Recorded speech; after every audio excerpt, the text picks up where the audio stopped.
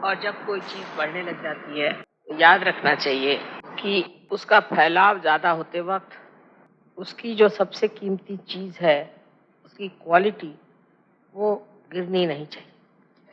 अगर उसकी क्वालिटी गिर जाए तो ऐसे फैलाव से कुछ फ़ायदा नहीं होने वाला। इसलिए सहयोगियों की क्वालिटी भी अच्छी रहनी चाहिए। अब आपसे एक बात निवेदन करना है कि आपके माने आपको जो परमात्मा से मांगी हुई 3 चीजें होती हैं वो तो दे ही दी।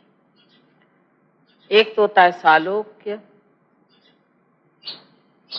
जैसे कि हम देख पाए परमात्मा को, सानिध्य कि हम परमात्मा के साथ रहें, कंपेनियनशिप,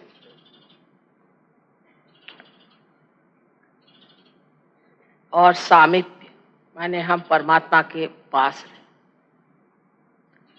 3 चीज तो आपने प्राप्त की और ऐसी बहुत सी बातें हो रही हैं जिससे ये भी आप जान सकते हैं कि हम वास्तव में भगवती हैं। अभी एक फोटो आया हुआ है फ्रांस से, इसमें आप देख सकते हैं कि मेरे हृदय के ऊपर इतना बड़ा प्रकाश, समुद्र के किनारे खड़े।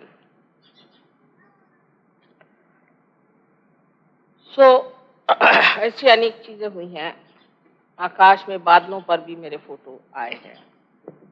तरह तरह से चीजों से आप ये सिद्ध कर सकते हैं।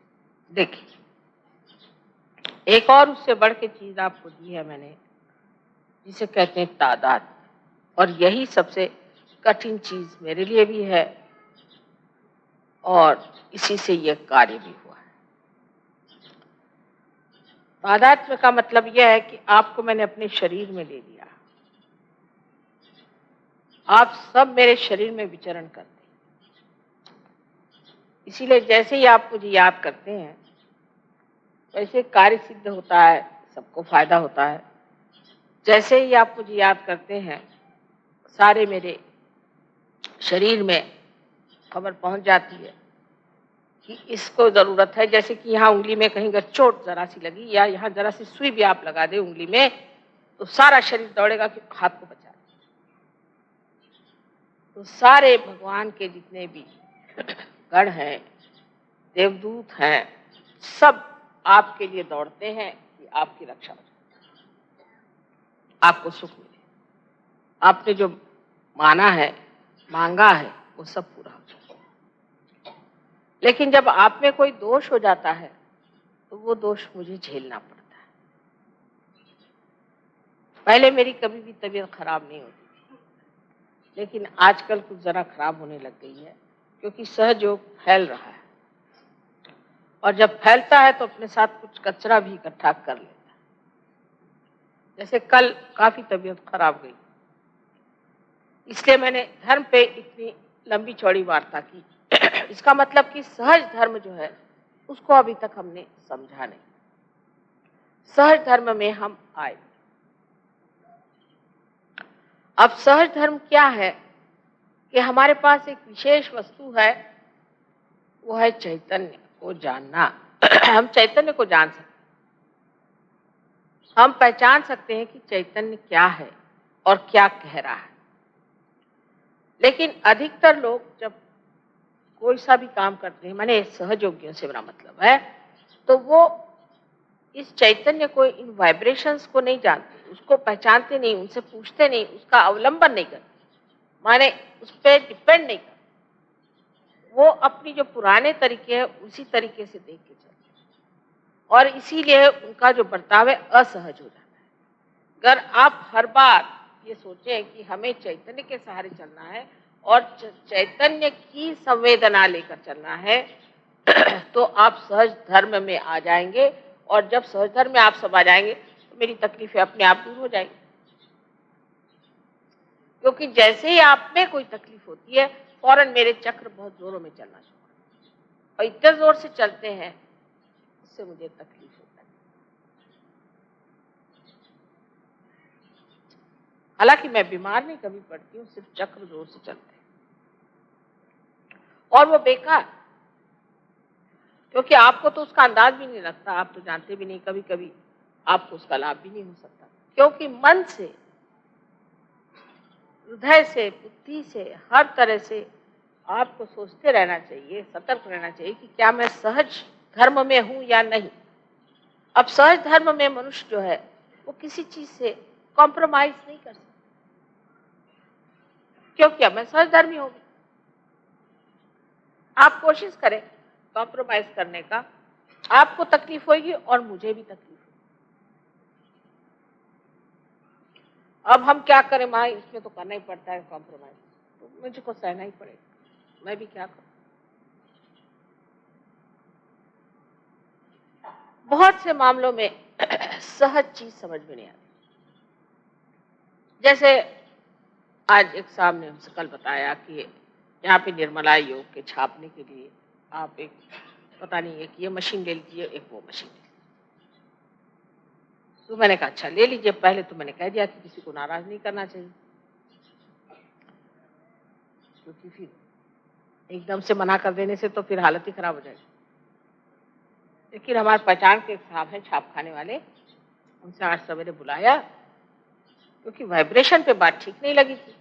तो मैंने कहा कि एकदम से कह देने से तो ये लोग बुरा मान जाएंगे, तो वाइब्रेशन पे तो हो रहा है कि कुछ लेने की जरूरत नहीं है, चलो कोई बात नहीं। उनको बुलाया, उनसे बात करी, उन्होंने कहा कि 3 महीने में एक छोटी सी पत्रिका छप रही है, उसके लिए इतना खर्चा करने की क्या जरूरत है। उसको हंसी आ गई। मैंने कहा कि साहब ये तो कोई जो किताबों पे किताबें लिखता वो भी नहीं इतना खर्चा करता, तो आप सिर्फ एक छोटी सी पुस्तकी के लिए इतना खर्च क्यों कर रहे हैं। मैंने कहा तो मुझे लग रहा था, लेकिन मैंने सोचा तुमसे पूछ। कहने लगे कि मेरे दोस्त का एक छापखाना है, वो आपके आधे दामों जो कहिए सो कर देगा, उसके पास एक से एक बढ़िया मशीनें हैं। अब आपको जो एक छोटी सी किताब 3 महीने में एक बार छापनी है, उसके लिए आप सारा छापखाना खरीदना चाहें, इसे क्या कहा जाए, तो ये सहज नहीं हुआ। अगर मैं एकदम से कह दूं कि भाई ये नहीं करना चाहिए तो बुरा लग जाए। अच्छा, अगर मैं थोड़ी देर बाद कहती हूँ तो फिर लोग ये सोचते हैं कि माँ को किसी ने कुछ पॉइजन किया इनके ईयर्स, किसी ने कह दिया, ये बड़ा कॉमन। अरे भाई, मेरे पॉइजन करने वाला अभी तक तो पैदा नहीं।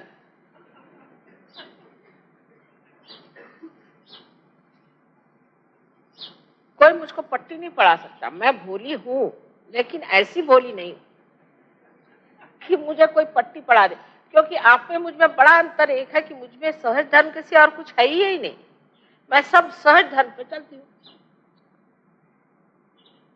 एक साहब, पता नहीं मैंने आपको लास्ट टाइम बताया कि नहीं बताया, कि राहुरी में एक बड़ा भारी 12 भाई का कारस्थान हमारे यहाँ कहते हैं, वो आए और मुझे समझाने कि ये महाशय जिसको आप इतना मानते हैं, एक राजकारणी आदमी, और ये राजकारण की वजह से यहाँ, और इसको आप बहुत संभल के, और हम आपको समझाने आए। तो मैंने कहा अच्छा, और कुछ बात इनके खिलाफ नहीं, ये राजकारणी है माँ, ये आपको पट्टी पढ़ा देगा। मैंने कहा अच्छा, मेरे को पट्टी पढ़ा देगा, बस इतना ही जानते हो। हाँ। तो कह ले नहीं, इसके आप बात मत सुनिएगा कुछ भी, ये बहुत राजकारणी। मैंने कहा अच्छा, मैं बताऊँ अब कि ये आदमी की जो बीवी है, उसकी बीवी नहीं है, वो किसी ब्राह्मण की बीवी है। ये उसको भगा के लाया है, क्योंकि इसको ये जो बच्चा हुआ है, ये बच्चा इसका भी नहीं है, ये उस ब्राह्मण का बच्चा है, और ये उसको भगा के लाया है, और इस अपने घर में रखा हुआ। और उनको 2500 चीजें उसके बारे में बता दी, तो वो सबका मुंह जो ऐसा था वो ऐसा हुआ।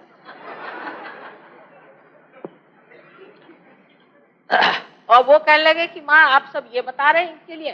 मैंने कहा हाँ भाई, मैं तो सब ये जानती, अब तुम बोलो, इधर हटा लीजिए, बहुत ठंडा है इस पे, कोई यहाँ पे कोई, हाँ शाल खाना।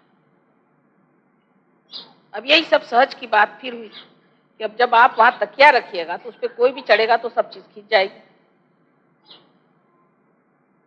अब गर्मी के दिनों में रेशम कर कोई नीचे रख दे तो हो गया ठिकाना। आप लोग तो आराम से बैठे, मुझको रेशम पे बिठा के ठंडा कर रहे हैं।